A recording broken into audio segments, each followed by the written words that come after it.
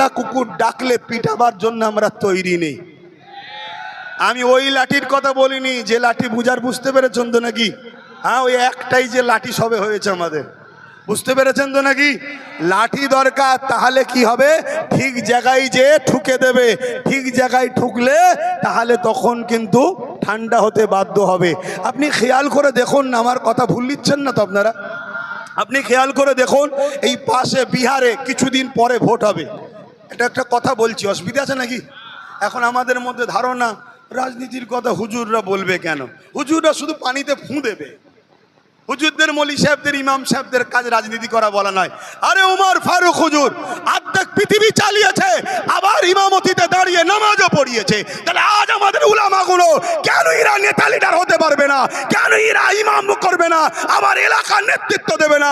যেখানে শরিয়াতে ছাড় আছে, তোমার বাধা দিবার অধিকার কে দিয়েছে?